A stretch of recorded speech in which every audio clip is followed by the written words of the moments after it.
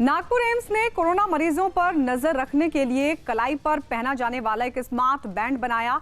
IIT Jodhpur और Indian institute of information technology Nagpur के साथ मिलकर बनाया गया ये स्मार्ट बैंड मरीज की सेहत की जानकारी भी जुटा सकता है। बताया गया कि स्मार्ट बैंड में ऐसे सेंसर लगे हैं जिससे मरीज के इसको पहनते ही डॉक्टर को उसके पास जाने की जरूरत नहीं पड़ेगी और मरीज की लोकेशन, उसके शरीर का तापमान, हार्ट रेट और खून में ऑक्सीजन की मात्रा की सारी जानकारी डॉक्टर को मिल जाएगी।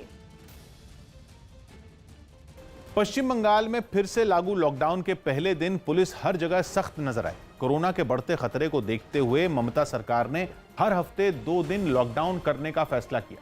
इस हफ्ते शनिवार को भी लॉकडाउन रहेगा।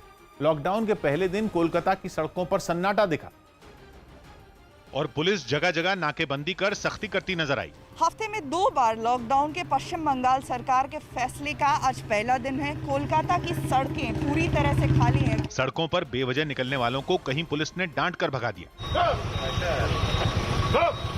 तो कहीं पूछताछ के बाद कुछ लोगों को गिरफ्तार कर लिया गया। यानी कोलकाता पुलिस ने बेवजह घर से निकलने वालों को इस लॉकडाउन में सजा भुगतने को तैयार रहने का संदेश दे दिया। जो भी बेवजह घूम रहे हैं हम लोग उसको पकड़ रहे हैं, पूछताछ कर रहे हैं। सख्ती की कुछ ऐसी ही तस्वीरें उत्तरी 24 परगना से भी आईं, जहां ट्रैफिक पुलिस के जवान सड़कों पर बेवजह निकलने वालों को चिताते दिखे। आज के सारा दिन लॉकडाउन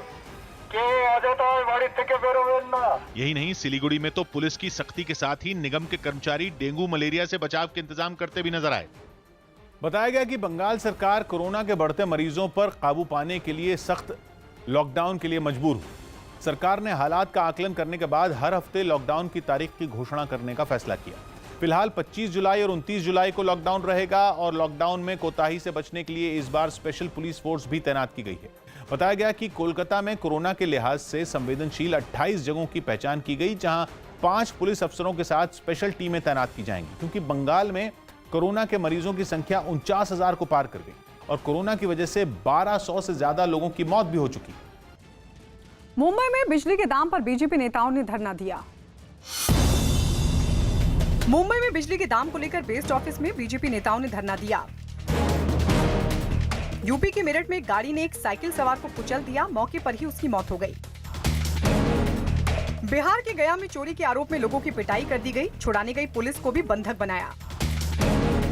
छत्तीसगढ़ के बिलासपुर में नाबालिगों ने चाकू लहराकर लोगों को डराया। बच्चे जो है और नाबालिग है, एक लड़का जो है वो चाकू लहराया था, उससे चाकू और बाकी से डंडे एवं ईंट बरामद किया गया। यूपी के फिरोजाबाद में पानी को लेकर हुए विवाद में 7 लोग गंभीर रूप से घायल हो गए। छत्तीसगढ़ के दंतेवाड़ा में नक्सलियों ने अपने 2 साथियों की हत्या कर दी। 10 से 15 लोगों की पिटाई की गई है और उनके 3 काफी क्रिटिकली घायल हैं। यूपी के कासगंज में पुलिस ने 5 शातिर चोरों को गिरफ्तार कर लिया। जर्मनी में हाइड्रोजन से चलने वाली ट्रेनों के बड़े पैमाने पर इस्तेमाल की तैयारी शुरू हो गई। हाइड्रोजन से चलने वाली ये ट्रेन फ्रांस की एक कंपनी ने बनाई, जिसका जर्मनी में इस्तेमाल शुरू कर दिया गया। इस ट्रेन का वीडियो भी सामने आया, जिसमें वो पटरियों पर रफ्तार से दौड़ती नजर आई। इस ट्रेन में ईंधन के तौर पर हाइड्रोजन गैस का इस्तेमाल होता है, जो ट्रेन के इंजन को ताकत देती है। सबसे खास बात यह कि डीजल से चलने वाली दूसरी ट्रेनों के मुकाबले ये कोई प्रदूषण नहीं फैलाती। कई तरह की सुविधाओं से लैस इस ट्रेन में करीब 300 लोग सफर कर सकते हैं और ये 110 किलोमीटर प्रति घंटा की रफ्तार से दौड़ सकती है।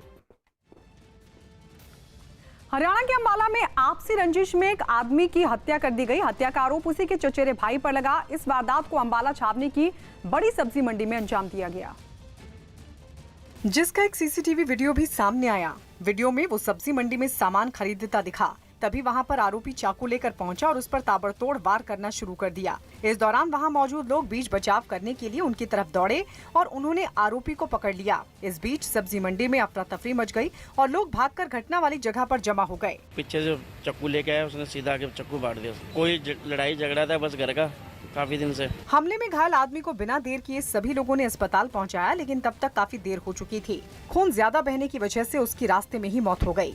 उसी के चाचे के लड़के ने पेट में चाकू मार दिया और जिसकी उससे मौत हो गई है। घटना के बाद हमलावर मौके से भागने में कामयाब रहा, जिसकी तलाश में पुलिस जुट गई।